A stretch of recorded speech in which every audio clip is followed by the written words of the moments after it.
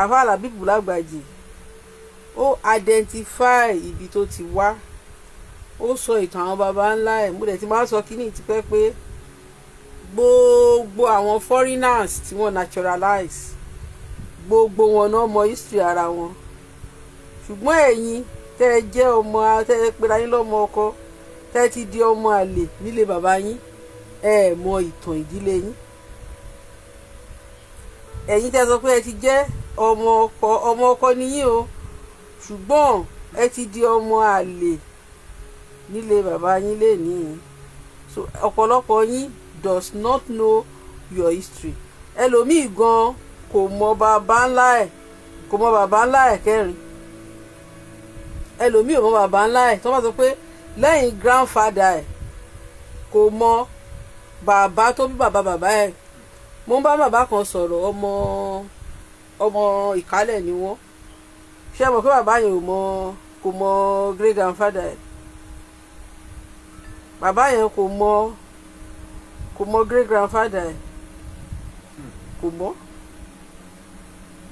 kò mọ̀ torí kí ni ò dẹ̀ jẹ́ kó mọ̀ ni pé ó ní pé bàbá òun ó ní babaláwo ni, ó ní sóò lóun bìlí pé bàbá ńlá òun pé idol ni, pé sóò kò òun ní kankan ṣe pẹ̀lú bàbá tó bí òun mọ́. Ó ti wá gbàgbé pé ẹ̀jẹ̀ bàbá yẹn, bàbá tó pè ní bàbá ẹ̀kọ́, bàbá ìyá yẹn, ó ti gbàgbé pé the blood of that baba is actually running in his blood. Bóyá gan ní lílèjì bàbá yẹn gan, bóyá òun ló yọ bàbá yẹn jù ìyẹn ní ìdílé wọn. Bàbá tó ní òun ò fẹ́ mọ bó ṣe jẹ́ yẹn, bóyá òun gan ló tún wá jọ bàbá yẹn jù. But kí ni mo try láti sọ ni pé ibi tí àwa èèyàn tá bá bára wa dé nìyẹn. But àwọn tó wá láti, mo máa ń sọ kinní kan, àwọn èèyàn wa ó dẹ̀ pé inferiority complex ó máa ń bá wa inferiority complex máa ń bá wa torí pé wọ́n sì indoctrinate wa pẹ̀lú history àwọn Hebrew. Àwọn èèyàn wa máa ń kígbe pé àwọn òyìnbó sọ pé àwọn Hebrew ń bá wa gbé, kì í ṣe àwa aboriginal ní Hebrew. No, wọ́n tẹ́ bá lọ ka history àwọn òyìnbó máa sọ fún yín pé àwọn Hebrew wọ́n wá join ìwà later ni. Báwọn òyìnbó ṣe máa ń sọ nìyẹn. Wọ́n máa sọ pé àwọn Hebrew yẹn pé wọ́n wá join ìwà later ni. Kí ni ìtumọ̀ Hebrew? Because Hebrew yẹn jọ wá lójú Hébérù. Òun ni àwọn tó máa ń daran tí wọ́n máa ń rìn káàkiri. Ìtumọ̀ Hébérù nìyẹn. Ìtumọ̀ Hebrew nìyẹn. Ìtumọ̀ Hebrew ni àwọn tó máa ń da ẹran. Iṣẹ́ predominantly iṣẹ́ tó máa ń ṣe òun ni kí wọ́n máa da ẹran. That is the predominant job tó máa ń sábà ń ṣe. Wọ́n máa ń da ẹran.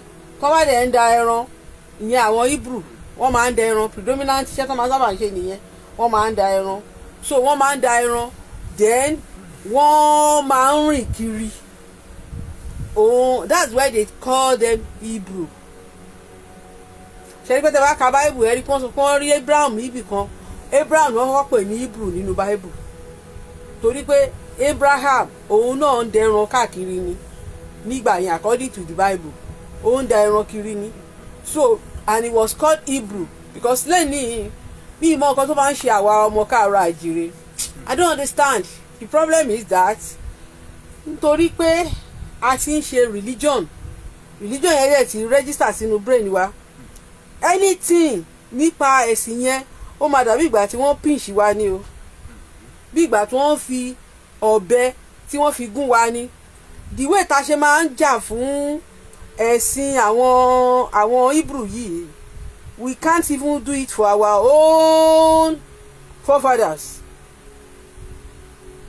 We can't do it for our own forefathers. Àwọn tó jẹ́ pé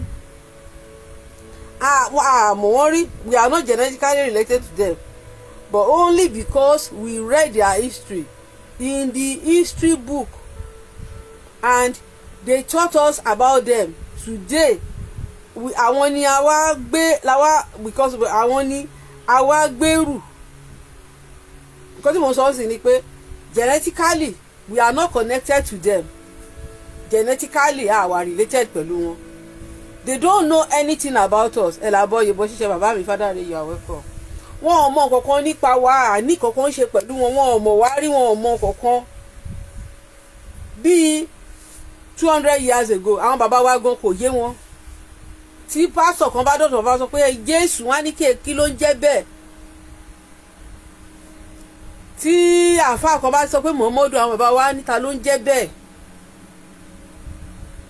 But ìgbà tó yá wọ́n bẹ̀rẹ̀ sí ń kọ́ future generation ní ẹ̀sìn yẹn. Today àwa rí pé àwa believe pé ẹ̀sìn yẹn o a rò pé titi wa ni.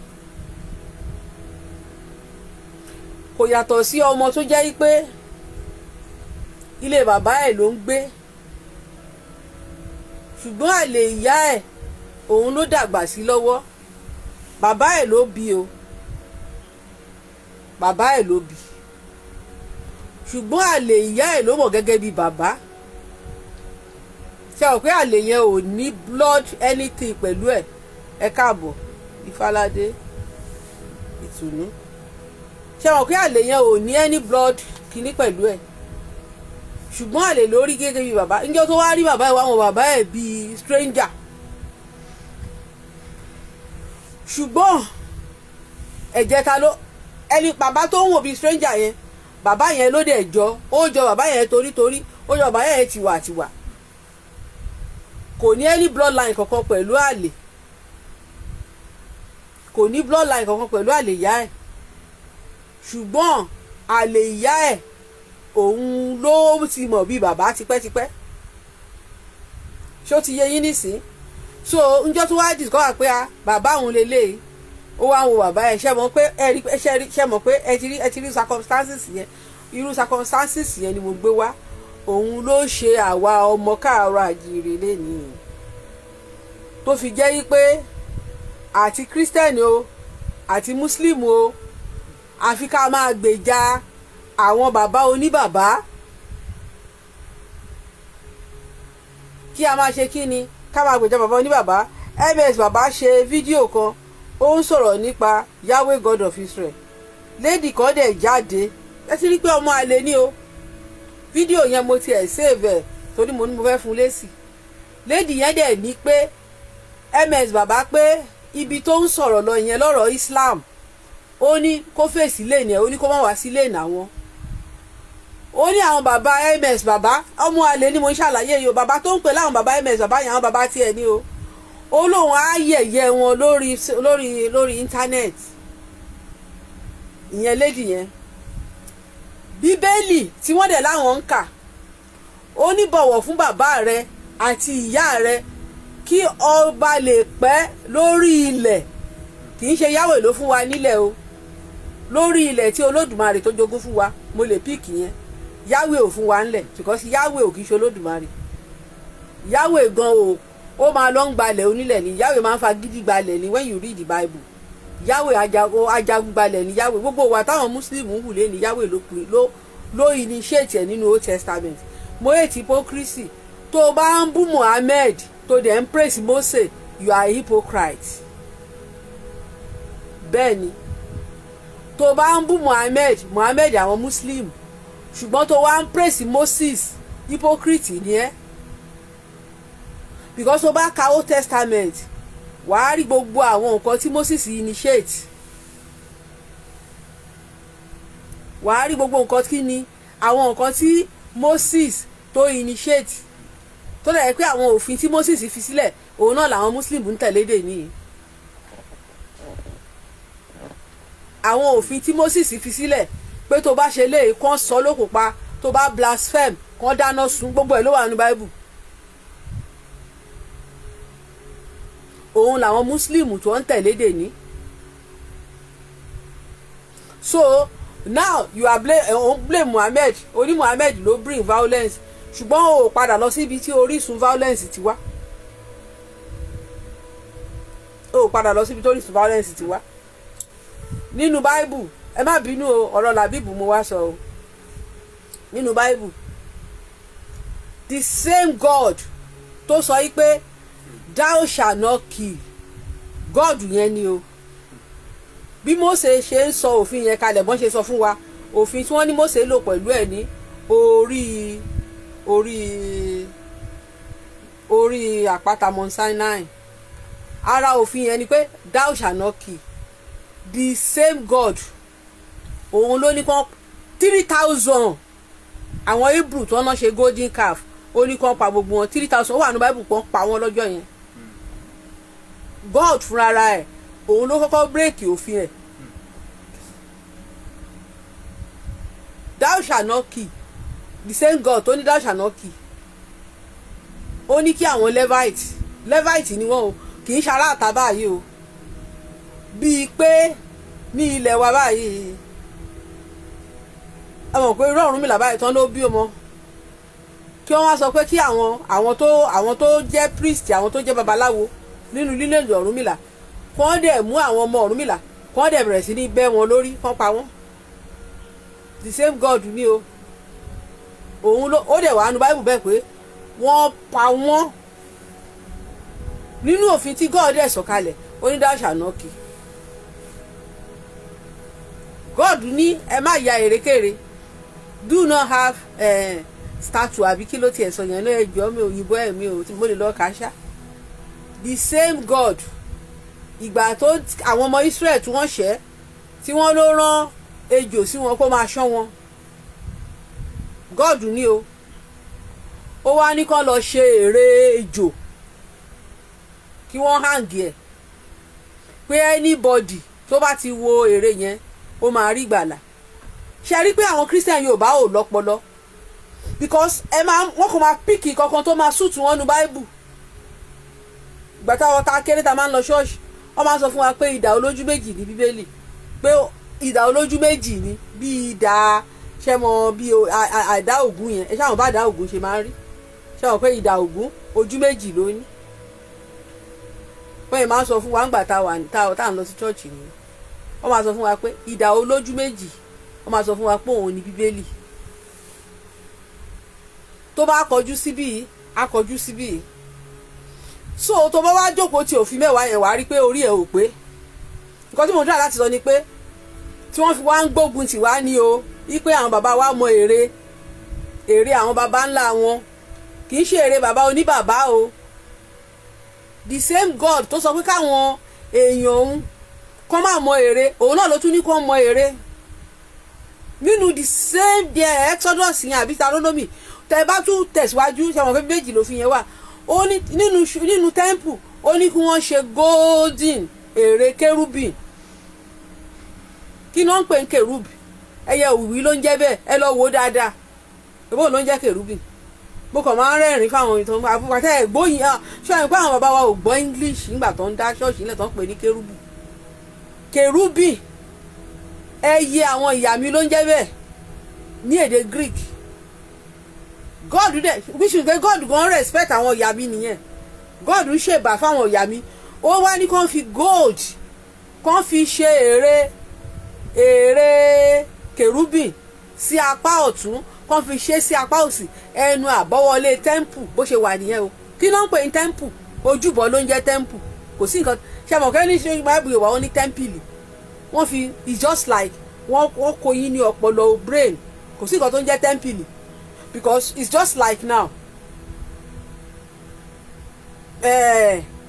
à ń pe ṣíà ní ìjòkó, à ń pe tẹ́ẹ̀ bá fẹ́ sùn tẹ́ẹ̀ bá ní à ń pe window ní fèrèsé, òyìnbó ń pè ní window. Okay, ìgbà tẹ́ wá dé China ṣé àwọn káwọn Chinese náà máa ní èdè tí wọ́n ń pe fèrèsé àbí àwọn wá China wá ń pè ní fèrèsì ṣé àwọn pé fèrèsé làwa ń pè báyìí. Àwa ńgbà táwa dé ọ̀dọ̀ wọn àwa lọ sọ fún àwọn ọmọ China pé kọ́ máa pe window ní fèrèsì. Ṣé mọ̀ pé a ti gba èdè lọ́wọ́ wọn nìyẹn. Ìran ọmọ China tó ń bọ̀ lọ́la kò ní mọ nǹkan tí ó ń jẹ́ fèrèsé, kò ní mọ fèrèsé ní èdè abínibí mọ́. Kò ní mọ fèrèsé ní èdè abínibí ẹ̀ mọ́. A máa sọ pé fèrèsì náà ni. Òun ni gbogbo eléyìí tá máa ń sọ ṣọ́ọ̀ṣì lẹ́yìn tá máa ń sọ pé áńgẹ́lì. Kò sí nǹkan tó ń jẹ́ áńgẹ́lì. Kristi gbogbo kíní yẹn tá bá tú séde wa, tá bá tú Kristi sí èdè wa, ìmísí ni túmọ̀ Kristi, Christos, breath ni ẹni tí a mí sí, anointed one. Kì í ṣe òróró o, kì í ṣe pé òróró tó ń dà síyàn lórí ní church o, no. ẹni tí wọ́n mí sí. Anointing oríṣiríṣi ló wà. Anointing can be negative, it can be positive. Anointing ó lè wá látọ̀dọ̀ ẹ, láti ọ̀dọ̀ ẹbọra. Ẹbọra lè mí sí ẹ, ìwín lè mí sí ẹ, àjogún lè mí sí ẹ. So we have different ìmísí and it's still the same Christos nílé èdè Greek. Èdè Greek ni and you are now telling me pé a nílò ẹ̀mí láti máa túmọ̀ èdè Greek. Does it make sense? Mo rí fídíò kan bàbá àgbàlagbà kan, no kò ṣe bàbá, mo rí lórí YouTube ni, àgbà ni bàbá yẹn. Ó ní bíbélì, ó ní wọn ò fi ẹran ara ka Bible, ó ní ẹ̀mí ló máa ń tú. Mo wò pé ìjọ wo la fẹ́ kúrò ní eléyìí? Yorùbá Gidi ló gbé program yẹn. Ó ní ẹran ara ò kì í lè tú bíbélì, ó ní ẹ̀mí ló ń tú. But èdè Greek náà fi kọ Bible, wọ́n translate ẹ̀ sí English. Kí ni rísì tẹ́sí fẹ́ máa fi ẹ̀mí tú? It's just like kẹ́ máa ka èdè fáǹsì káwọn Brazilians àbàwọn bóyá àwọn Chinese àwọn others tí wọ́n ti gba fá kọ́ wá sọ pé wọ́n fẹ́ máa fẹ̀mí tú ifá. Irú ẹ̀mí wo náà fẹ́ máa fi tú? Àdìbá fún Ọ̀rúnmìlà níjọ́ tó ń ṣe báyìí, ẹ̀mí wo lẹ fẹ́ fi tú? The same thing ìtàn náà tán sọ ọ́nù Bible, kò sẹ́mi tán fi ń tú. Àwọn tó kọ̀tọ̀ wọ́n ti kọ̀tọ̀ sílẹ̀ fún yín. So kí lẹ ṣe fẹ́ máa fẹ̀mí tú fún? Kí lẹ fẹ́ máa fi ẹ̀mí tú ìtàn onítàn fún? Ṣé ní gbogbo àwọn mental gbogbo àwọn kìíní yẹn máa ń fúnyàn ní illusion and that's why tó yẹ pé òun ló mú ká máa wà inferior lẹ́ni. That's why tó yẹ pé anybody can deceive you. Wọ́n á ní ẹwà ní church, wọ́n á ní áńgẹ́lì mẹ́ta sọ̀kalẹ̀. Kí ló ń jẹ́ áńgẹ́lì? Áńgẹ́lì is a Greek word for messenger, òjíṣẹ́. Apostle is also òjíṣẹ́, but apostle ni ẹni tí èèyàn yàn fúnra ẹ̀. Apostle èèyàn ẹlẹ́ran ara. Àwọn divine, àwọn ni angelic being. Angelic being can be ẹbọra, can be iwin,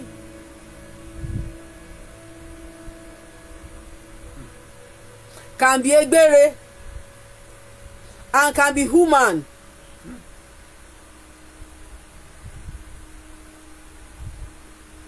Ṣé ti rí bẹ́ẹ̀ yẹn? Ìyá mi ẹwà tó mi lọ́lá àbọ̀rọ̀ àbọ̀yè. So what am I saying is that but because pé ṣe research, so àwọn pastor yẹn wọ́n kàn ń kó wa ní omi ọbẹ̀ jẹ because we don't know the translation, and because of that they can reprogram us, tell us anything. Tabawa in church they will tell us wọ́n á ní pé báwọn ṣe díjú báyìí pé àwọn arí áńgẹ́lì bíi 1000 tí ẹni dáàdì mi MFM wọ́n wá ní àwọn 1000 mi nírọ̀ náà ń pa o, ṣùgbọ́n wọ́n sọ pé bá ti lọ sábà lọ prayer system pé wọ́n ní 1000 angels are here na àwọn 1000 wọ́n kóre dé. Tabawa nínú church wa gbọ́ ó ṣe kóró bòbòbòbò èmi ni Olúwa Ọlọ́run, ìyẹn kì í ṣe mountain of fire. Mo ti dé, mo ti kóre dé, àwọn áńgẹ́lì mi ti sọ̀kalẹ̀. Àwọn áńgẹ́lì báwo ni ẹ̀jẹ̀ understand àkọ́tí mò ń sọ ń sìn, áńgẹ́lì ò ní ìtumọ̀ léde wa. Àwọn áńgẹ́lì mi ti sọ̀kalẹ̀ báyìí wọ́n ti kó ire wá, ẹ tẹ́ ọwọ́ yín síwájú, kẹ́ gba ire, tẹ́ bá sì tẹ́ ọwọ́ yín síwájú báyìí ẹ fi ọwọ́ náà ẹ gbé lé orí yín. Àwọn áńgẹ́lì mi sọ̀kalẹ̀. Tó bá jẹ́ pé lóòótọ́ Olódùmarè ló sọ̀rọ̀, Olódùmarè ò ní lo áńgẹ́lì because áńgẹ́lì ò kì í ṣèdè wa. Áńgẹ́lì kí ni mò ń sọ, kì í ṣèdè wa. Tó bá yẹ pé Olódùmarè ló ń sọ̀rọ̀ nínú wọn ni, tí ì ṣe pé ìwé tí wọ́n ti kà tí ó ti wá miss mọ́ ọpọlọ wọn ni wọ́n fi ń jíṣẹ́, wọn ò ní Olódùmarè ò ní máa sọ pé áńgẹ́lì, ṣe understand èdè títí wá divine language wá gangan òun ni ló yẹ kí mi sí yẹn gbé jáde kó sọ pé àwọn ìránṣẹ́ mi ti wà ń bí, wọ́n ti kó ire dé, àbí àwọn ìmẹ̀sẹ̀ ọ̀run wọ́n ti wà níbí, wọ́n ti kó ire dé. kì í ṣe àwọn áńgẹ́lì mi because áńgẹ́lì báwo lọ́lọ́run á ṣe máa sọ Greek sí wa nílẹ̀ wa báwo ni Ọlọ́run á ṣe máa bá wa sọ Greek nílẹ̀ wa ṣe ti rí bẹ́ẹ̀ yẹn pé so àwọn nǹkan tó ti rẹ́gísítà sínú brain wa òun náà ni àwọn tí wọ́n ń jíṣẹ́ tán lọ́wọ́ inú ẹ̀mí yẹn òun ni wọ́n ń sọ nǹkan tó ti rẹ́gísítà pọ̀ tọ́pọ̀lọ́ wa òun làwọn tó ń wọ inú ẹ̀mí òun ni wọ́n ń sọ wọn ò rí kankan and that's why tó fi jẹ́ pé ká máa ríran ká máa ṣàsọtẹ́lẹ̀ òun ló rún ní Nàìjíríà lénìí ká máa ríran ká máa ṣàsọtẹ́lẹ̀ mo rántí ìgbà tí mo ṣì wà nídìí ọpọlọ tó bá ti di December báyìí January gbogbo prophet máa lọ máa lọ máa ra pépà ní o a fẹ́ máa gbọ́ kí ni bàbá Adébóyè sọ fún wa níyà ẹ̀ kí ni bàbá Olúkọ̀yà sọ kí ni bàbá kìíní sọ kí ni bàbá Kúmúyì sọ kí ni bàbá Oyèdèpọ̀ sọ prọfẹsì wọn òun la máa gbèrú kiri àti ẹ̀ wá lọ ọpọlọ wa pé gbogbo prọfẹsì náà kò sí èyí tó ṣe gbogbo prọfẹsì wọn pátá èsì yóò ṣe ọjọ́ tí kan náà bàbá wa yìí mi ì fẹ́ dárúkọ ẹ̀ báyìí pẹ̀sẹ̀ tó bá ń fọ́lù àti mọ bàbá yìí tó sọ pé Ọlọ́run sọ fóun pé bí ọ̀wọ́n ṣe di ọ̀pọ̀ ní Samaria ipe bẹ́ẹ̀ ni Nàìjíríà wọ́n ṣe máa dọ̀ ọjọ́ ìgbà yẹn ni páǹsì kọ́kọ́ já kúrò látòrí 250 sí 750 tí ò lè padà wálẹ̀ wọn. níjọ́ tí bàbá yẹn sọ pé Ọlọ́run bá òun sọ̀rọ̀ ni o ṣe rí pé bàbá yẹn sọ Ọlọ́run donírọ́ àbí kò sọ Ọlọ́run donírọ́ bẹ́ẹ̀ yẹn so àwọn Ọlọ́run tó ń bá wọn sọ̀rọ̀ kì í ṣe Olódùmarè kò sọ Ọlọ́run tó ń bá wọn sọ̀rọ̀ illusion ní gbogbo ẹ̀ illusion ní gbogbo ẹ̀ Ọlọ́run kankan ò bá wọn sọ̀rọ̀ ẹ jẹ́ kí n wá fídíò tó yẹ tí ms bàbá upload yẹn nípa Sheikh Labeeb mo fẹ́ sùkọ́ tí mo fẹ́ mú jáde níbẹ̀ ókè kátẹ́ tó ṣe ẹ̀kan jẹ́ ká gbọ́ orin 5 minutes báyìí mi ò tẹ̀ wá lo ògbé àtẹ̀ ó jẹ́ ìṣẹ́jú 5 ká fi gbọ́.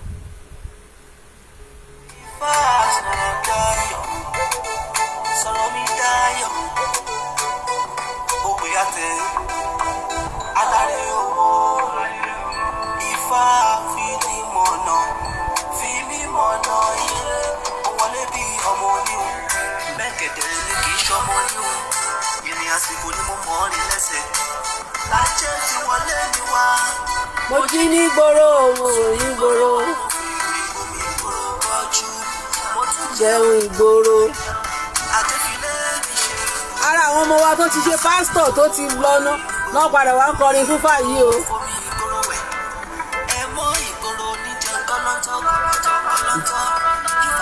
àwọn ọmọ wa tó ti ṣe pásítọ̀ tó ti wàásù gidi gan ajé olóòkun wọn wá fi lé mi ṣe bùgbé.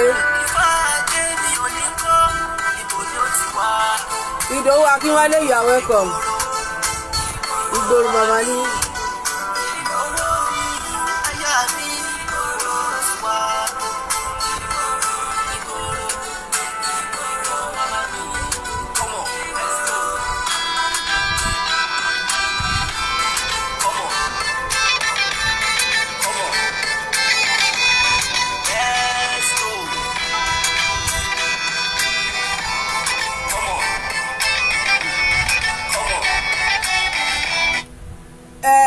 ọ̀rọ̀ prophecy tá à ń sọ but I won't go to that ẹ̀sẹ̀ mo kàn máa yan ni ìgbà Yorùbá nation àwọn ọ̀rọ̀ pọ̀ tí mo sọ lórí péjì mi táwọn èèyàn dẹ̀ take torí pé so ẹ̀kọ́ táyé pé mo sọ pé wòlíì náà ni táyé pé mo wá síta sọ pé mo rí ìran o nǹkan báyìí o maybe they will take it but I gave it as an advice as I was led but they never listen ó dẹ̀ ṣì ń jẹ́ ìràn títí dè ní àwọn míì tiẹ̀ tún bú mi wọ́n ní mo gbà bọ̀dẹ̀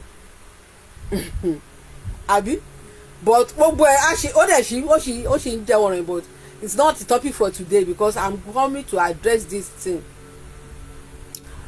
I'm coming to address it and to analyse it again but not the topic for today. So ẹ jẹ́ kí n wá fídíò tí ms bàbá ṣe interview Sheikh Lágbájì yẹn ó dẹ̀ pé mo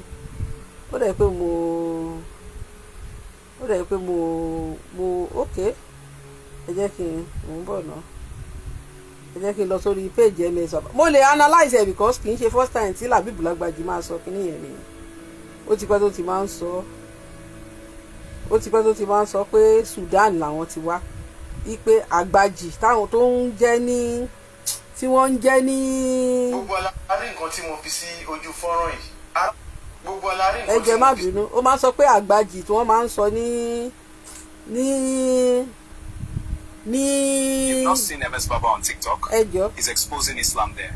wípé Agbaji tó máa ń sọ ní Ìlọrin yẹn kí lorúkọ ẹ̀ Sheikh Labeeb máa ń sọ wípé Agbaji yẹn gangan ni àwọn ti wá ní Sudan wípé orúkọ yẹn làwọn immortalize ní ọ̀dọ̀ wa tí mi bá dẹ̀ padà rí mo fẹ́ sọ̀rọ̀ lórí ẹ̀ so ẹ rí pé ìgbà tí ẹni yẹn tó ń ṣe interview mi ò bọ̀ fídíò yìí ti pẹ́ báyìí o ẹ rí pé ìgbà tí ẹni yẹn tó ń ṣe interview tó ń béèrè lọ́wọ́ Labeeb Lagbaji ó sọ ìtàn fámìlì ẹ̀ ó sọ ìtàn ìdílé ẹ̀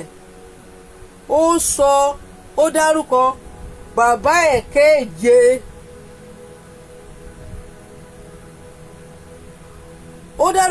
ẹ̀ kéje kí ló ń ṣẹlẹ̀ ni pé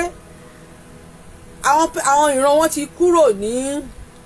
ti kúrò ní Sudan wọn ò gbé Sudan mọ́ wọ́n ti wá sílẹ̀ káàárọ̀ àjíire wọ́n dẹ̀ ti naturalize ṣùgbọ́n kò gbàgbé ibi tó ti kúrò ó lè má tiẹ̀ máa gbolé bàbá ẹ̀ mọ́ ní Sudan bọ̀ ó rántí pé Sudan làwọn ti wá mo dẹ̀ sọ fún yín mo ti sọ kíní fún yín rí pé bọ́n ṣe ń múra yìí ìmúra ìdílé wọn náà mú wá ìmúra ìran wọn ni wọ́n mú wá bọ́n ṣe ń múra ní ibi tán ti wá nìyẹn so ẹni tó bá ń sọ fún Labeeb Lagbaji pé kó bẹ̀rẹ̀ sí máa wò ó lè mú wú kó wọ abetí ajá but it's not his culture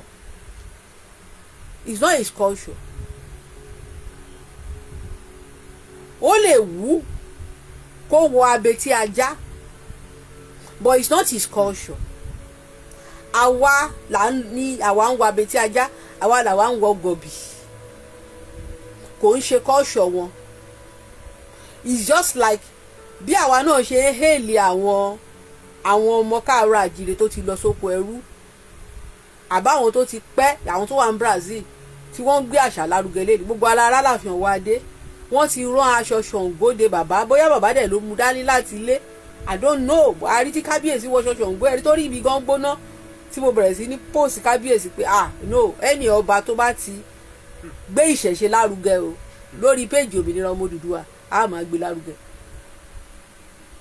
ìyẹn omi pé tí ọba bá ṣe nǹkan tí kò tẹ́ wa lọ́rùn kí ká má sọ̀rọ̀ but as long as tí ọba kan sọ pé ìṣẹ̀ṣe bàbá wa ò ní parẹ́ tí ọba kúrò láti Nàìjíríà tó lọ gbé ìṣẹ̀ṣe lárugẹ tó lọ sí ìdí èṣù tó lọ gbogbo ẹ̀ báwo la ṣe ní pọ́nba yẹn lé lórí péjì yìí á pọ́n lé ẹni tó bá fẹ́ bínú kó bínú I don't give a damn kò sẹ́ni tó ń sanwó oṣù fún mi á pọ́n ọba yẹn lé ìdí tá a lè ṣe máa pọ́n lé ni pé àfi encourage ọba yẹn kó lè ṣe jù bẹ́ẹ̀ ni Ifá níyìn ni kíni kẹ́ni ó ṣe mí kò sí ìdí tí mo ṣe ń gbé bàbá Òní Ìṣàgá tí mo ṣe ń pọ́n lé kò ju tó pé bàbá ń ṣèṣẹ̀ṣe ìṣẹ̀ṣe tí bàbá ń gbé ga òun ló mú kórìí tèmi náà wú gbogbo àwọn oníbà ẹkùn àwọn ọba Elégùṣì tá a máa ń pọ́nlé lórí péjì yìí nítorí wọ́n ń gbé ṣẹ̀ṣẹ̀ ga ni ọba tó bá ti yọ ọmọ àlè tó sọ pé báwo ni ṣẹ̀ṣẹ̀ ṣe jẹ́ àwa náà sọ fún pé ọmọ àlè gidi ni a ò lè máa gbé irú ọba yẹn ga lórí péjì wa Ọlọ́run ò ní jẹ́ àbọ̀rọ̀ àbọ̀yè ìyá mi Àjíbọ́lá a lè máa gbé irú ọba yẹn ga lórí péjì títí wa ṣùgbọ́n ọba tó bá ti sọ pé lẹ́gẹ̀ẹ́sì táwọn baba ńlá wa fi sílẹ̀ o òun máa tẹ̀síwájú ọba yẹn orí péjì òmìnira ọmọ Odùduwà a máa gbé ga torí òmìnira la pé òmìnira kíni kúrò nínú ìdè ọpọlọ kúrò nínú ìdè ẹ̀sìn àjèjì kúrò nínú ìkónilẹ́rú nǹkan tó ń pè ní indoctrination tó ti ṣe fún wa àwa ń ṣe on indoctrination we are unindoctrinated ourselves ṣé mọ̀ pé ẹ̀gbọ́n Tani Olohun ìgbà tó ń gbé Tani Olohun ó yìí ń dé fìlà àwọn Málì yẹn ó sì máa ń dé tó bá lọ sí Ìlọrin gbà yẹn ó sì máa ń dé because of identity crisis tó ní ẹ ṣe ìyá mi àbọ̀rọ̀ àbọ̀yìmọ̀. So but ẹ rí i pé due to lecture everything ẹ rí i pé ẹ̀gbọ́n Tani Olohun òde fìlà má lì mọ́ ẹ lè rí mọ́ lórí ẹ̀ lénìí kì í ṣe ẹ̀gbọ́n ẹ̀ àgbà yẹn o I'm talking of èyí tó jọmọ yẹ ẹ lè rí fìlà má lì yẹn mọ́ lórí ẹ̀ àbètí ajá ni. So àwọn kan wà tó jẹ́ pé ọmọ káàárọ̀ àjíire ni wọ́n o ṣùgbọ́n fìlà má lì yẹn wọ́n rí bí fìlà Ọlọ́run wọn ò rí gẹ́gẹ́ bí pé fìlà Senegal no wọn ò rí bí pé Senegal ló ti wá o wọ́n rí tó bá múra bẹ́ẹ̀ yẹn àbí tó bá wé tọ̀ bá nìyẹn báyìí tó ń gbé gèlè yẹn sí wọn lórí wọ́n máa rò wípé àwọn ti wà sacred. Sẹ́ríkì aládàáni tó sẹ́ríkì náà ń pè wọ́n gbà yẹn wọ́n wá wé kíní yẹn sí wọn lórí báyìí wọ́n á lọ wé kíní sí wọn lórí báyìí inú àwa náà máa dùn gbàtà kéré àá lọ máa rèdí ní palace wípé wọ́n wérí fáwọn èèyàn àwọn sẹ́ríkì wọ́n máa jọ wá lójú bíi ṣe mọ̀ pé indoctrination nìyẹn àbí tá a bá ní téèyàn kan bá lọ kéwú nílọrin ooo wá nílọrin ló ti ń kéwú ṣẹ́rí tó bá wálé báyìí tó bá wálé ṣọ tó bá wálé fún tó bá wálé bóyá nígbà olùdé àbí nǹkankan gbogbo ọmọ máa wo bíi pé Ọlọ́run ló bá máa wo bíi pé Cambridge ló lọ àwọn tó ń kéwú lọ́dọ̀ tiwa yẹn kò jọ wá lójú bí ẹni tó lọ kéwú nílọrin because wọ́n ti sọ fún wa pé Ìlọrin ni ìlú tí Kùránì sọ̀kalẹ̀ sí ibẹ̀ ni ìlú tó súnmọ́ àlùjọ́nà kódà irọ́ tí wọ́n pa fún mi kékeré ni pé irú ipe ní gbogbo àgbáyé yìí kò sí ibi kankan tí wọ́n ti lè ríru mọ́ṣáláṣí tó wà ńlọrin àfi Mẹ́kà ìyẹn ni irọ́ tó ń pa fáwọn kékeré pé kò sí ibi tẹ́ ti lè rí mọ́ṣáláṣí tó wà nílọrin àfi Mẹ́kà mọ́ṣáláṣí Mẹ́kà nìkan ṣoṣo òun nìkan ṣoṣo ni wọ́n ló súnmọ́ kíní ìlú tó súnmọ́ àlùjọ́nà jù nìyẹn. So ṣe mọ̀ nǹkan tí mo try láti sọ ni pé indoctrination. Mo wá padà sórí torí mo wá fídíò ms bàbá yẹn báyìí mi ò rí gbogbo aláti rí fídíò yẹn. Àwárí tí Sheikh Labeeb Lágbàjì ó dárúkọ grandfather ẹ̀ keje ẹni mélòó nínú ẹ̀yin tẹ́ ń wò mí lẹ́mọ bàbá yín keje ẹni mélòó nínú yín lẹ́mọ bàbá yín keje ẹ wá sórí kíní ẹ̀ máa sọ pé ọmọ ọkọ ni yín irú ọmọ ọkọ wo ni yín you don't even know your 7th granddad you don't even know your 5th grandfather you don't know your 4th grandfather but àwọn tó wá láti Sudan wọ́n kọ́ àwọn ọmọ wọn láti mọ ìtàn ara wọn they know their history they know everything same thing Akeem Onigele tájọ́ ń ṣe Yorùbá nation ọmọ Sudan ni he can't deceive me cousin lòun àti Sheikh Labeeb Lágbàjì ó máa ń lọ sí Ìlọrin ó ní nǹkan tó máa jọ ń ṣe papọ̀ ilé kéwú àwọn àfa Akeem irú gèlè tí Sheikh Labeeb ń wé òun náà ni àfa Akeem ń wé tẹ́ bá notice ẹ rí pé gèlè yẹn pọ̀ oríṣiríṣi gèlè àwọn tó wá láti Mali yàtọ̀ ẹ rí pé gèlè tí ìmáàmù àgbà Ọ̀fà tó máa ń wé ó yàtọ̀ sí gèlè tí Sheikh Labeeb Lágbàjì ń wé ó yàtọ̀ ẹ rí pé gèlè tó ní Kíjìpá ń wé ó yàtọ̀ sí ti Lágbàjì gèlè yẹn oríṣiríṣi ni wọ́n ṣe ń wé ní desert places nìyẹn is part of their culture is part of their tradition so that's why tí mo ṣe máa ń sọ yìí pé the awakening tá à ń sọ is not for everybody is for the ọmọ irúnmọlẹ̀ because some people are not genetically connected to the irúnmọlẹ̀ and tẹ́ bá sọ dọ̀la ó lè má touch wọn then tẹ́ bá wá ń bú wọn pé àwọn onígèlè ọ̀ràn no you don't need to abuse them because that is their own culture gèlè tí wọ́n wé yẹn ó jọ wọ́n lójú ju abetí ajá yín lọ that is why tó jẹ́ pé látìgbà tó bá Ìlọrin ti wà ní Ìlọrin tó ti jọba ẹ̀rí kó dádé adé ò ní túmọ̀ sí wọn adé ò jọ wọ́n lójú because ìran wọn kì í dé adé kí ni mo sọ ìran wọn ò kì í dé adé gèlè ni wọ́n ń dé ni wọ́n ń wé so gèlè tó wà lórí ọba Ìlọrin yẹn ó jọ lójú ju adé yín lọ adé yín ò ní túmọ̀ sí ìran tí yín ló ń dé adé ẹ̀yin lọ́mọ aládé àwọn ò kì í ṣe ọmọ aládé wọn ò kì í ṣe ọmọ aládé otherwise and then another thing ni pé wọ́n keep tradition wọn they don't want their tradition to be lost, and that's what ó jẹ́ pé ìgbà tí wọ́n di Muslim wọ́n inculcate tradition wọn sínú Islam. So and that's what ó fi jẹ́ pé Islam tí à ń kọ́ ní ilẹ̀ káàrọ̀ àjíire lẹ́ni, Islam Sudan, Islam Mali, Islam Senegal, òun là ń kọ́ lẹ́ni, kì í ṣe Islam gidi. Ìdí nìyẹn sọ pé ìgbà táwọn MS bàbá wa ń tú Quran bó ṣe yẹ kó ń tú Quran, ẹ̀rí táwọn èèyàn sọ pé wọ́n bà Quran jẹ́, wọ́n bà Quran jẹ́ o, nǹkan tó wà ní Quran náà sọ o. Ṣùgbọ́n Islam Mali, Islam Senegal, òun là ń kọ́ nítorí pé kí ni ẹ̀rí pé àwọn àfáà wa nígbà tí wọ́n bá fẹ́ initiation ni òyìnbó ń pè o, eléyìí tó máa sọ fún yín pé wọ́n ṣe wòlímọ̀ yẹn initiation òyìnbó ń pè náà. Ẹ jẹ́ ká lo English term, ẹ má yẹ kó máa tàn wá jẹ mọ́, ẹ má yẹ kó máa tàn. Ṣé àwọn pé bí wòlímọ̀ yẹn ni èdè ni táàmù wòlíì ti jáde? Àwọn Christian Yorùbá lẹ́yìn tó ń pera wọn ní wòlímọ̀, ibẹ̀ ni táàmù ẹ̀ ti jáde. And this language ó lè jẹ́ èdè àwọn Sudanese. So tó bá wá ń ṣe wòlímọ̀ tó ń initiate wọn, àwọn awégèlè fún wọn, wọ́n wá Sudanize wọn. Kí là ń sọ? Wọ́n máa Sudanize wọn. Dáàdi wa kan wà tí mo ṣe show fún wọn gbà kan, mi ò bú wọn o. Bàbá yìí kúrá má sọ mọ́. Bàbá kira wọn lọ́jọ́ kan, wọ́n ní àwọn ọmọ adífágbẹ̀rú ọmọ kìnnìkan wọ́n kí oríkì wọn, ọmọ ilé Ifá ni wọ́n ti wá, lineage Ọ̀rúnmìlà náà ti wá, bàbá Yínká Quadri.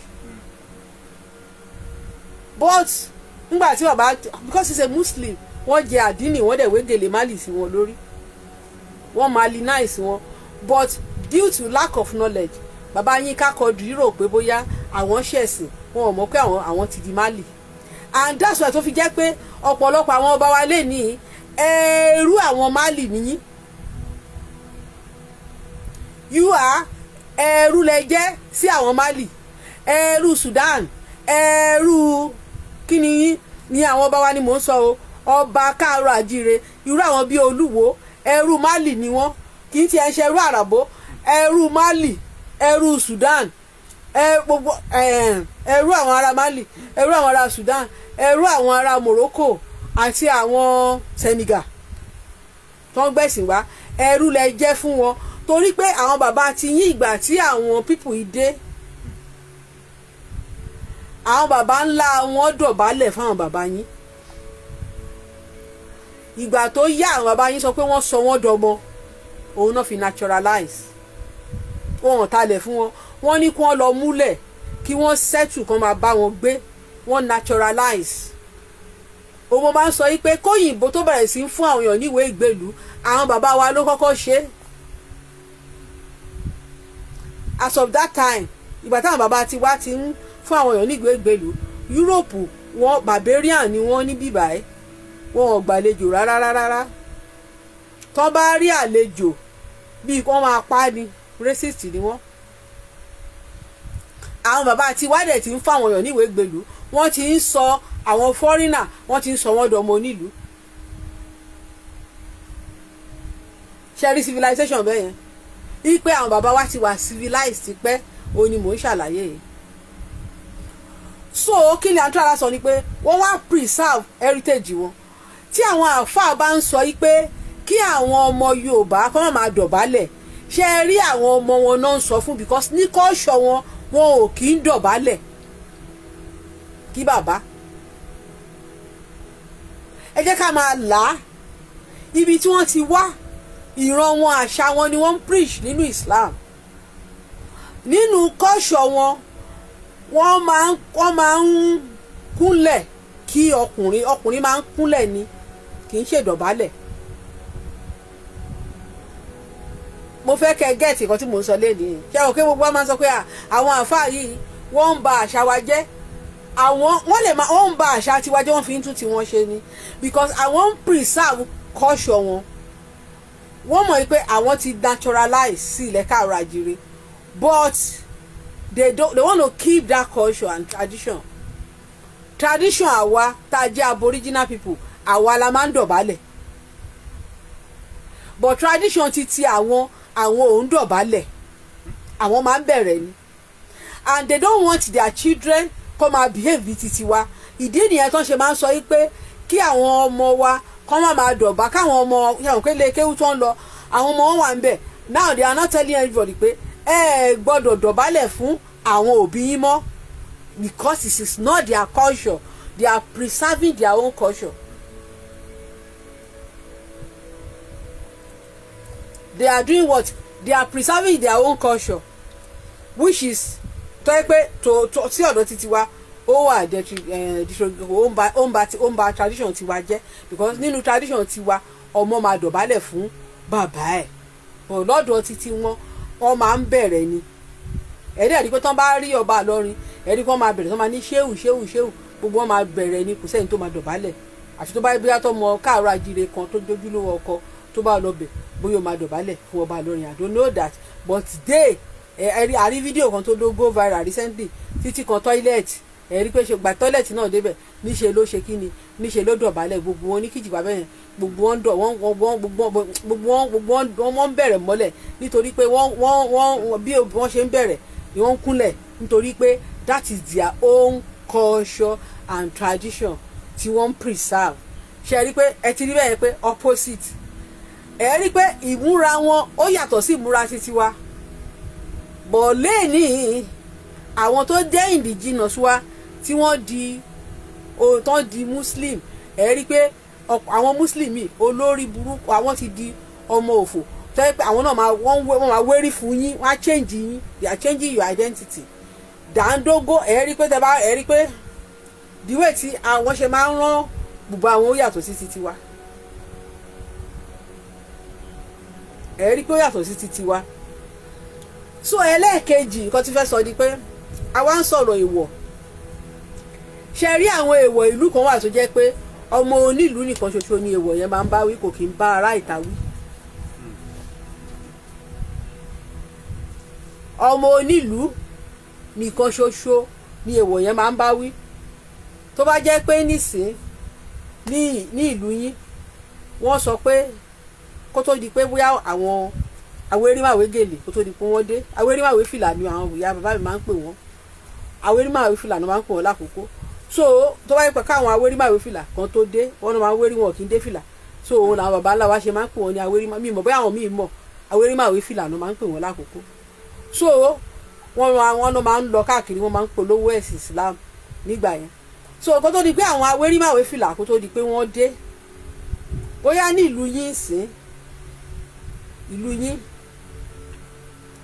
ẹ gbọ́dọ̀ jẹ bóyá ní ìlú yín o ìlú yẹn o èèwọ̀ ti wà ń bẹ̀ o wípé wọn ò gbọ́dọ̀ jẹ ẹja ọ̀rọ̀ mo kàn fi sọ̀rọ̀ ni kò sábà kọ́ mọ́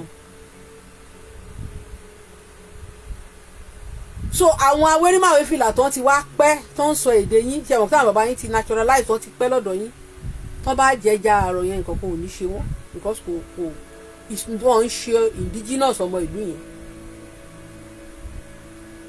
nothing will happen to them ṣe wá rí ẹ̀yin tẹ wá jẹ́ indigenous people tẹ bá lọ fojú rò tẹ wá lọ jẹ́ wàhálà wá bẹ̀rẹ̀ sí máa ṣẹlẹ̀ nílùú yẹn gbogbo disaster á bẹ̀rẹ̀ sí í ṣẹlẹ̀.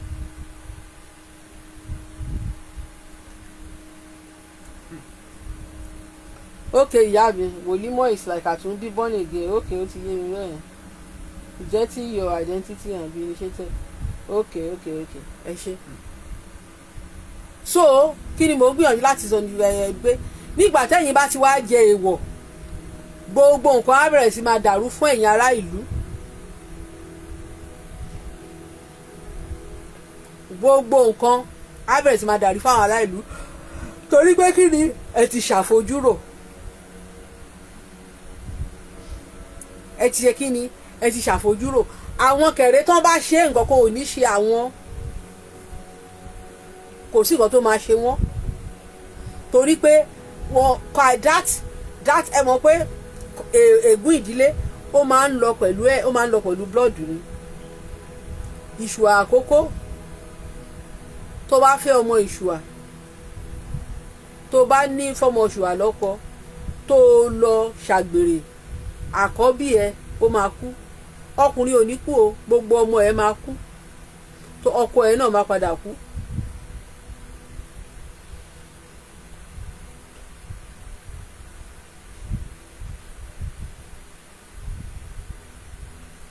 nǹkan tí wọ́n tà láti sọ ni pé gbogbo ìdílé ló ní kíní ẹ̀. Ilé bàbá mi ń sìn ó rẹ̀ pé wọ́n ní téèyàn bá lóyún tó bá gbóyún ọmọ àlè wá sílé wa bẹ́ẹ̀ mi ṣe gbọ́ obìnrin yẹn tó bá jọ́ ọmọ àlè ló gbé wá àfi tó bá jẹ́wọ́ ló máa bí á máa ru oyún yẹn kiri ni.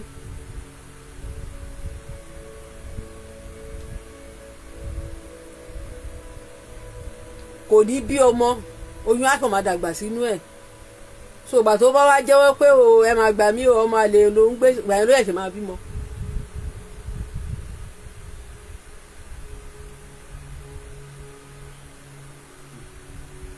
ṣe ti rí bẹ́ẹ̀ yẹn so we are talking of but àwọn tí à ń sọ yìí ègún ìdílé kò sí ètò kan gbogbo àwọn nǹkan èèwọ̀ tó ti jẹ́ èèwọ̀ ìlú wa pátápátá kò kàn wọ́n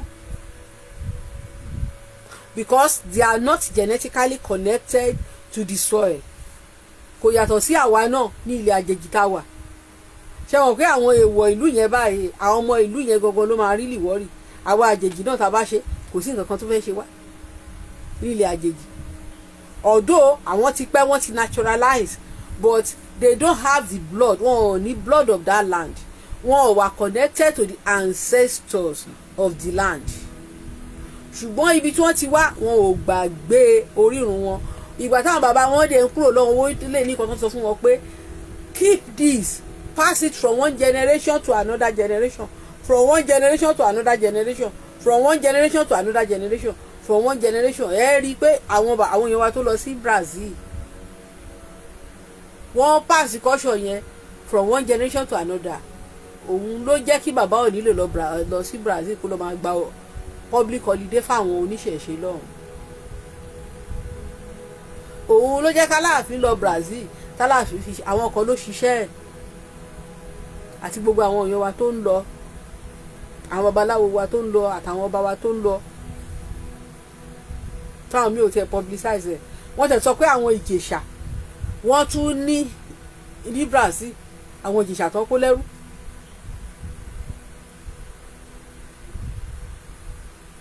so kí ni mò ń gbìyànjú láti sọ ni pé they know wọ́n mọ èèwọ̀ nǹkan títí wọn èèwọ̀ tí wọn ó yàtọ̀ sí títí wa nínú ìṣẹ̀ṣe títí wa ẹbọ àti ètùtù lolódùmarè fún wa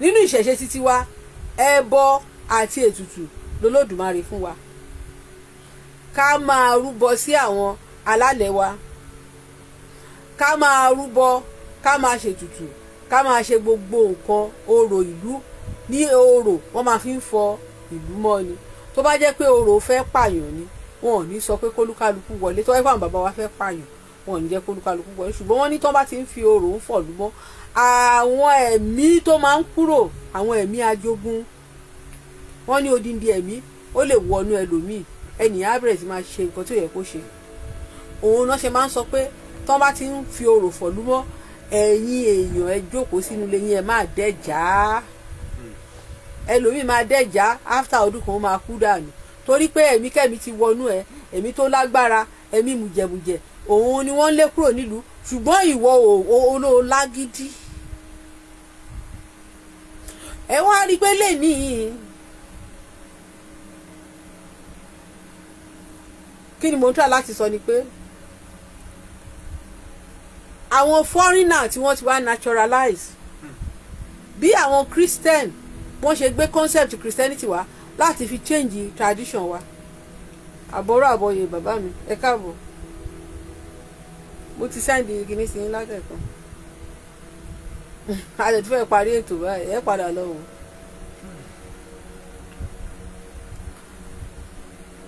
ẹ rí pé lè ní wọ́n wá fẹ́ fi wọ́n fẹ́ kọ́ṣọ̀ wọn yẹn òun ni wọ́n fẹ́ kó borí kọ́ṣọ̀ tó ti wà ńlẹ̀ tẹ́lẹ̀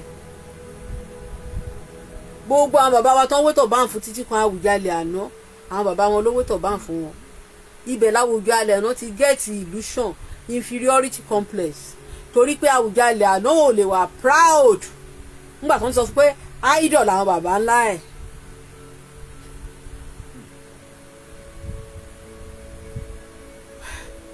ìyẹn bàbá Awùjalẹ̀ àná bàbá Síkírù Adétọ́nà wọ́n ti sọ fún pé àwọn bàbá ẹ̀ o idol ni wọ́n o ẹni ẹ̀kọ́ ẹni ègbé ẹni àdánù so Awùjalẹ̀ àná kò lè fi àwọn bàbá ńlá ẹ̀ proud òun ló yẹ sọ pé òun wá láti Sudan torí pé àwọn tó indoctrinate wọn ní Ìjẹ̀bú Sudan ni wọ́n ti wá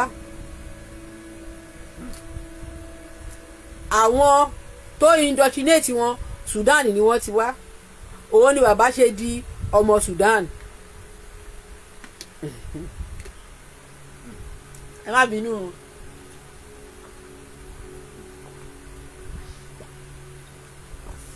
òun ni bàbá ṣe di ọmọ Sudan bàbá ṣe sọ pé ọmọ Queen of Sheba ní mo mọ ọmọ Ìjẹ̀bú kan ó máa ní Queen of Sheba ní bàbá òun èmi náà kí ni ti jẹ mí rí o wọ́n ní Queen of Sheba olórí ẹ̀ wà níjẹ̀bú ìgbà táwọn archaeology tó máa lọ sídìí olórí bàbá ìyá wa Ṣùngbó Erédò ìyá wa ò kì í ṣe òun kọ́ ni Queen of Sheba o Queen of Sheba gangan olórí ẹ̀ wà ní Sudan ṣé Sudan ló wà àbí Ethiopia either of the two places ló wà ṣé Sudan ló wà àbí Ethiopia ìwo ló tẹ̀ wá ní méjèèjì ṣé Sudan àbí Ethiopia ó dẹ̀ pé Sudan ló wà Balikis àbí nǹkankan Ṣùngbó Erédò olówó akíkanjú obìnrin ìgbà tí wọ́n máa táwọn bàbá wa níjẹ̀bú náà ṣe wá lọ kọ kéwú sí ibi tó wà ibi tí ìyá yẹn wà ibi tí ìyá yẹn wọlẹ̀ sí tẹ bá wọ aṣọ funfun débẹ̀ obìnrin kì í wọ ọbẹ̀ ìwọ ni obìnrin bá wọbẹ̀ fẹ́ kú nìyẹn ọkùnrin nìkan ló ń wọbẹ̀ ṣùgbọ́n tó bá wọ aṣọ funfun báyìí gbòòlà kó yílẹ̀ báyìí kó yí gbogbo lẹ̀ kó yílẹ̀ báyìí aṣọ yẹn á mọ́ ni mystery wà nílẹ̀ káàrọ̀ àjírí àwọn ará Ìjẹ̀bú lòun níyàwó King Solomon wọ́n tún bèèrè bàbá yẹn ní ọ̀lẹ́yọ̀ ló kọ́kọ́ tó fẹ́ wọ́n ló bímọ fún King Solomon dèní ìyá àmórúkọ ọmọ tó bí fún Solomon ọlọ́mọ ọ̀kan ló bí fún Solomon nígbà tí wọ́n máa carbon date olórí ìyá yẹn wọ́n ló ti pé 9,800 years Àkàndé Olúfúnmi ẹ káàbọ̀ bàbá mi Rójayé ẹ káàbọ̀ mo ti kí yín lẹ́ẹ̀kan wọ́n ní olórí yẹn ti pé 9,800 years according to Christian history Adam and Eve ó exist ní 6,000 years ago ni wọ́n náà dá Adam àti Éfà ní chronology of the Christian Adam àti Éfà ìyá ìgbà tí ìyá Ṣùngbó Erédò tó ti wọlẹ̀ síbẹ̀ yẹn ìyẹn sí ibi tó wọlẹ̀ sí yẹn ó ti pé 9,800 years nígbà tí àwọn tó wá carbon date ibẹ̀ gbogbo nǹkan mẹ́rin wà lára nǹkan tó jẹ́ kí n wake up bíi 10 years ago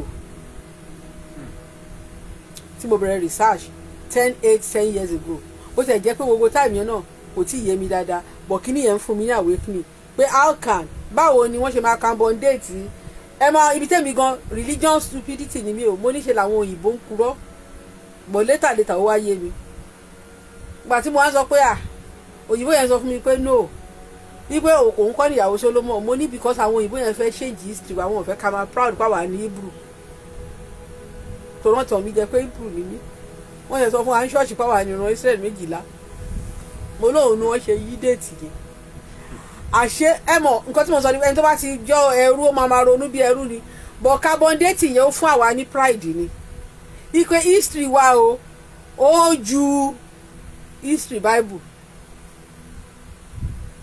ipe ẹ wo wọ́n ní Ṣùngbó Erédò kò sírú ẹ̀ lágbàáyé kò sí irú Ṣùngbó Erédò kan kò sí lágbàáyé Ṣùngbó Erédò ó ń sọ fún wa civilization tí àwọn bàbá wa ti build in the ancient days bó ṣe yẹ kí wọ́n interview bàbá yẹn tó wà ń bẹ̀ ó ní ìyá yẹn wọ́n ní báwo ló ṣe máa ń lọ sọ́dọ̀ Solomon ó ló máa ń fly pẹ̀lú àwọn ẹrú ẹ̀ ó ló máa ń fò lọ́dọ̀ Solomon ni ìyá yẹn òkè King Solomon tabawo chronology Bible Adam and Eve 6,000 years ago àwọn Noah gbogbo yẹn bíi 5,000 years ago King Solomon àti bàbá ẹ̀ around 3,500 years ago ni wọ́n exist because Moses bíi 4,000 years ago ni Moses àwọn King Solomon Dáfídì kọ́kọ́ yẹn wọ́n wà ní reign 3536 ẹ wá yọ 3,600 àbí 6,500 ẹ yọ kúrò nínú 9,800 kẹwòye tó máa kù a fún yín ní 6,100 years or 6,200 years tí Ṣùngbó Erédò tó ti lọ ẹni tó ti kúrò láyé for about 6,800 years 6,100 years báwo ló ṣe wá fẹ́ Solomon tó exist ní 3,500 years ago.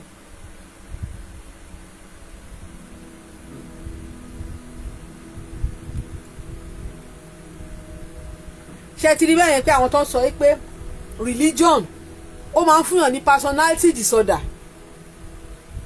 ó máa ń fúnyàn ní inferiority complex ìtàn tiẹ̀ ń sìn ó ju ìtàn tó ń pọ́nlé Ibrahim tí bàbá kiri ṣe wá ń claim pé lineage Solomon lòun ti wá ìyẹn bàbá Àwùjalẹ̀ àná ọmọ Solomon ni wọ́n tí wọ́n interview bàbá kan níjẹ̀bú tó yẹ pé bàbá yẹn oníṣẹ̀ṣe ni bàbá yẹn sọ pé King Solomon ló láyé lála in fact ayé lála tó yẹ pé wọ́n nílé Ifẹ̀ ló ti kúrò ó ní King Solomon ló gbé ayé lála ló gbé ayé lála wá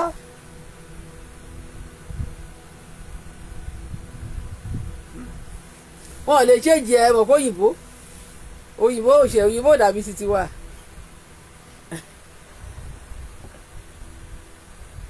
so kí la gbìyànjú láti sọ ni pé so ìtàn tó yẹ pé ìtàn ìgbà tí Ṣùngbó Erédò ti live wọn ò tí ì dá Ádámù àti Éfà Ádámù àti Éfà wọn ò ì dá wọn nígbà tí Ṣùngbó Erédò ti wà Ṣùngbó Erédò 6,000 years ago ni wọ́n náà dá Ádámù àti Éfà so Ṣùngbó Erédò sí time tó ń dá Ádámù àti Éfà Ṣùngbó Erédò ti wà 3,800 years kí wọ́n tó dá Ádámù àti Éfà kí wọ́n tó ṣe kí ni kán tó dá Ádámù àti Éfà Ṣùngbó Erédò ìyá wa níjẹ̀bú ó ti wà ó ti lọ ó ti kúrò lóde ayé ó ti ṣe tiẹ̀ ó ti lọ ó ti kúrò ní òde ayé yìí 3,800 years kí wọ́n tó dá Ádámù àti Éfà.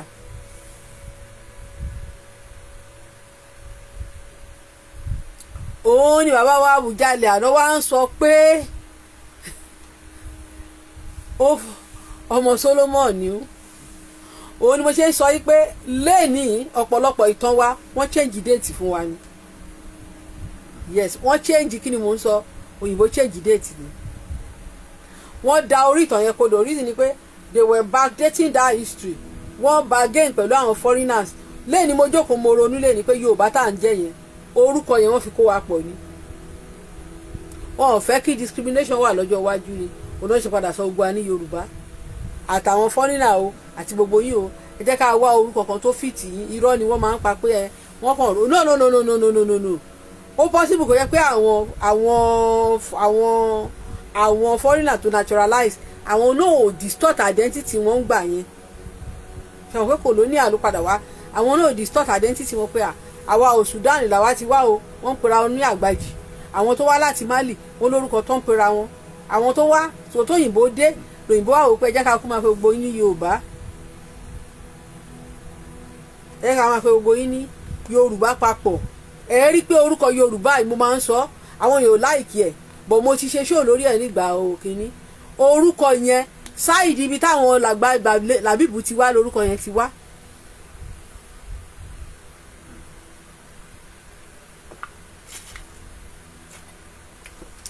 wọ́n ń jẹ́ Yorùbá ní Ethiopia wọ́n ń jẹ́ Yorùbá ń bẹ̀ Yeriba, Yaruba, Yoruba, Yaruba, Yeriba, Yoruba. Kí ni ìkẹrin yẹn? Orúkọ kan náà ni gbogbo èdè ló yàtọ̀. Yeroboam, gbogbo kíní yẹn. Gbogbo area yẹn náà ti jẹ́ gbogbo orúkọ yẹn. So òyìnbó wá wo orúkọ tán fi kó gbogbo apọ̀ lẹ́ni yẹn. Òun náà ṣe ṣéǹjì orúkọ wa sí Yorùbá. Àwọn baba ńlá wa ò kì í ṣe Yorùbá. Òyìnbó máa sọ pé anybody tó bá fi ń bèrè ẹ bá máa sọ kò sí nǹkan tó ń jẹ́ alálẹ̀ Yorùbá. Tẹ bá ní ẹ̀yin alálẹ̀ Yorùbá Ògún ò ní dá yín lóhùn torí Ògún ò mọra ìsálálẹ̀ Yorùbá. Gba Yorùbá nation mo sọ gbogbo wọn ò gbọ́. Ṣàngó ò ní dá yín lóhùn kò mọra ìsálálẹ̀ Yorùbá. Ọbàtálá ò ní dá yín lóhùn kò mọra ìsálálẹ̀ Yorùbá. Odùduwà ò ní dá yín lóhùn kò mọra ìsálálẹ̀ Yorùbá. Ọba Olúayé ò ní dá yín lóhùn Èṣù Ọláìlú ò ní dá yín lóhùn Ọ̀rúnmìlà ò ní dá yín lóhùn wọn ò mọra wọn sálálẹ̀ Yorùbá. Ṣùgbọ́n tẹ bá ní ẹ̀yin alálẹ̀ Ifẹ̀ ò dáyé wọn á dá yín lóhùn. Tẹ bá ní ẹ̀yin alálẹ̀ Ifẹ̀ ò òye làgbò wọn á dá yín lóhùn.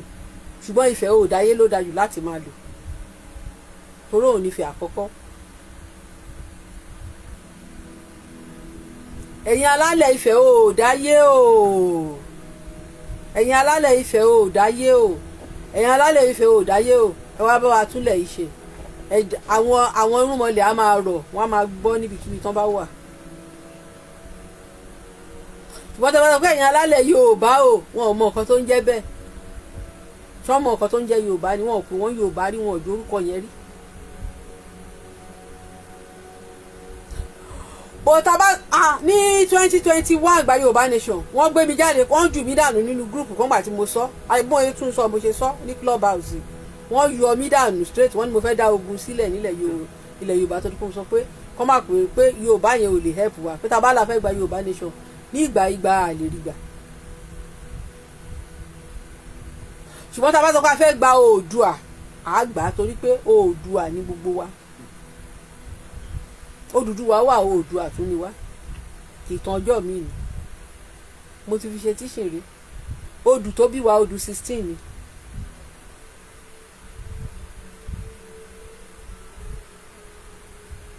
complete odù ni philosophy Ọ̀rúnmìlà ọkùnrin 9 obìnrin 7 ẹ lè rí philosophy yẹn lẹ́ni wíyà inú fáànì kan lẹ́ máa ti rí tẹ́ bá papọ̀ kí ló máa bí 16 yẹn ló bí mi 16 yẹn so kí ló Oòduà mẹ́rìndínlógún náà ló Oòduà so tó bá pè yín lọ́mọ Oòduà àwọn òpònú wá ní Odùduwà kọ́ ni bàbá àwọn o Ọbàtálá ni bàbá wọn Ògún ni gbogbo wa lọ́mọ Oòduà gbogbo ẹni tó bá jọmọ orúnmọlẹ̀ pátá ọmọ Oòduà ní.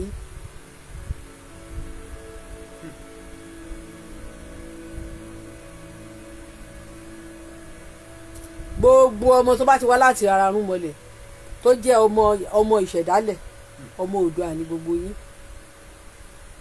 philosophy Ọ̀rúnmìlà ni òun ni mo ti jù fún yín yẹn mo ti ṣe tíṣìn lórí ẹ̀rí mo tún padà jù lé ní mo ṣe tíṣìn nígbà Yorùbá nation nígbà tí mo ṣáà insist pé gbogbo ẹ̀yin tẹ́ máa ń ṣe ṣóò tẹ́ máa sọ pé alálẹ̀ Yorùbá o wọ́n á ní ẹ̀yin alálẹ̀ Yorùbá ìgbà mo ní kò sẹ́ni tó máa dá yín lóhùn they will never answer you because they don't know the name. Wọn ò mọ̀ ṣùgbọ́n tẹ́ bá ní ẹ̀yin alálẹ̀ Ifẹ̀ olúdáyé Ifẹ̀ òòdáyé wọ́n mọ nǹkan tó ń jẹ́ bẹ́ẹ̀ Ifẹ̀ òòyè làgbò wọ́n mọ nǹkan tó ń jẹ́ bẹ́ẹ̀ tó nífẹ̀ẹ́ òòyè làgbò ibẹ̀ náà ti lágbó ọ̀pá tán lágbó orò tí wọ́n ní ọ̀nà dí mọ́ wọn tí wọ́n ọmọ ọ̀nà mọ́ tí èṣù ọ̀nà tí àwọn orúnmọlẹ̀ ti wọn ò fi tèṣù ṣe òun náà ṣe máa sọ pé ẹ jẹ́ ká rúbọ èṣù ká fi lè rọ́nà lọ àwọn orúnmọlẹ̀ wọn ò fi tèṣù ṣe èṣù wá dí ọ̀nà mọ́ wọn nígbà tí èṣù dí ọ̀nà mọ́ wọn ní Ifẹ̀ òye làgbò nígbà tí wọ́n padà wá ìyẹn ní the fear of the survivor lẹ́yìn tí omi ti dá tán fi sọ padà rọ̀ tán fi ń padà tán lágbó ọ̀pá kí ni mo gbìyànjú láti sọ ni pé ààrẹ Ṣẹ́gun ẹ káàbọ̀ Àkàndé Olúbùnmi you are welcome lẹ́yìn pé mo ti kẹ́ nìyẹn so ibẹ̀ ni wọ́n ní Ògún ti wá lo àdá ọwọ́ ẹ̀ tó fi la ọ̀nà fún gbogbo wọn. Òun náà ṣe máa ń pe Ògún ní olùlànà. Ògún ló lànà fún gbogbo àwọn ọ̀rúnmọlẹ̀ pátápátá. Ifẹ̀ oyè làgbò nìyẹn. So tẹ bá pe àwọn ọ̀rúnmọlẹ̀ ní Ifẹ̀ akànlúbẹ́bẹ́, kì í ṣe gbogbo wọn ló wà, wọ́n ti ọ̀rúnmọlẹ̀ ti lọ. Akànlúbẹ́bẹ́ Ifẹ̀ kẹta náà ni o, ìdìsẹ́mi Ifẹ̀ náà ni, but wọ́n change orúkọ. But akànlúbẹ́bẹ́ yẹn it's not, mi ò rò pé ó really ṣe wọn pé Ifẹ̀ tó ń tẹ̀lú sí tó ń tẹ̀lú dó òun ìtumọ̀ akànlúbẹ́bẹ́, torí àwọn Yorùbá mọ̀ pé wọ́n mọ̀ pé ìtàn akànlúbẹ́bẹ́ nìyẹn. Ìyá mọ̀ pé Ifẹ̀ bẹ̀rẹ̀ sí expand, wọ́n ń tẹ̀lú dó sí, wọn náà sọ pé akànlúbẹ́bẹ́. Ṣe mọ̀ pé tẹ bá ti kúrò nílùú kan ẹ̀tún kan ìlú kan, kò sí pé ìlú kan ó ti yẹ yín nísìn, but people don't know the meaning. Àwọn á ní wọn ẹlẹ́mìí lè ní Ifẹ̀ òdáyé kíní ló wà, á ní Ifẹ̀ òdáyé, á ní yẹn ó lè sọ pé mo ṣe ti pẹ́ tó sọ pé Ifẹ̀ òdáyé pé Egypt ló wà, ipe Ifẹ̀ oyè làgbò ìyẹn wá wà ní kíní ẹ̀ẹ́dẹ̀ẹ̀dẹ̀ kẹgbẹ́dẹ̀ wá ń bẹ̀. Ó ní Ifẹ̀ oyè làgbò ó ló wà ní Togo. Ó ní akànlúbẹ́bẹ́ yẹn ipe kíní kan, kò sí nǹkan tó ń jẹ́ bẹ́ẹ̀. Ifẹ̀ tó ń kan ìlú bẹ́bẹ́ ni pé akànlúbẹ́bẹ́ ni pé wọ́n fi describe pé láti ilé Ifẹ̀ olúkálukú wa lọ ń tẹ̀dó. Ṣẹ̀dọ̀ pé láyé àtijọ́ yẹn wọ́n ń tẹ̀dó sẹ́gbẹ̀ẹ́ ara wọn, bí movement yẹn ṣe ń lọ, wọ́n ń kan ìlú kan sí kejì, ìlú kan sí kejì, tó fi extend. Òun ni wọ́n sọ pé Ifẹ̀ akànlúbẹ́bẹ́ àbí Ifẹ̀ atẹ̀lúbẹ́bẹ́, wọ́n ń tẹ ìlú díẹ̀, wọ́n ti lọ ń jáde, wọ́n ti lọ ń tẹ̀dó. Nǹkan tó ń já tẹ̀lúbẹ́bẹ́ nìyẹn, kò sí nǹkan kan, it's not any big deal. Wọ́n á ní pé Ọbàtálá ló ṣẹ̀ kó wọn lọ sí Ifẹ̀, irọ́ ni gbogbo ẹ̀, wọ́n lọ ń tẹ̀lúdó ni. Ṣùgbọ́n orúkọ méjì tó sacred jù, bòye tó sacred jù tẹ bá fẹ́ pe àwọn alálẹ̀, òun ni òdáyé. Òdáyé yẹn òun ni wọ́n gbà lọ́wọ́ wa, because wáyé pé òdáyé yẹn là ń jẹ́ lẹ́ni, wọn ò ní lè change history wa. Òyìnbó gbọ́n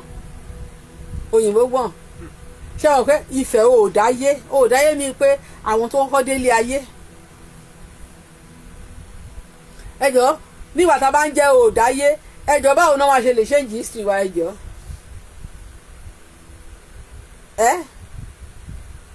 Báwo náà ṣe lè change history wa? Because the language preserve it. Your language nídìí ẹ̀mí mímọ́ kan láti máa translate ẹ̀dẹ̀ fún ẹ. You don't need Holy Ghost to explain that to you. Ọmọ káàárọ̀ ajíire ni ẹ́. Àwọn ìyá bàbá mi ò lọ sí school, but they speak their language fluently and they will tell you the meaning.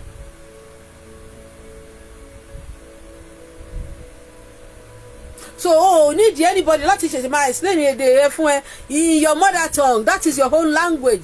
Now Ifẹ̀ òdáyé. So when you now call on the alálẹ̀ Ifẹ̀ òdáyé, you only invoke your originality, your ancestral energy, the energy gangan that came down.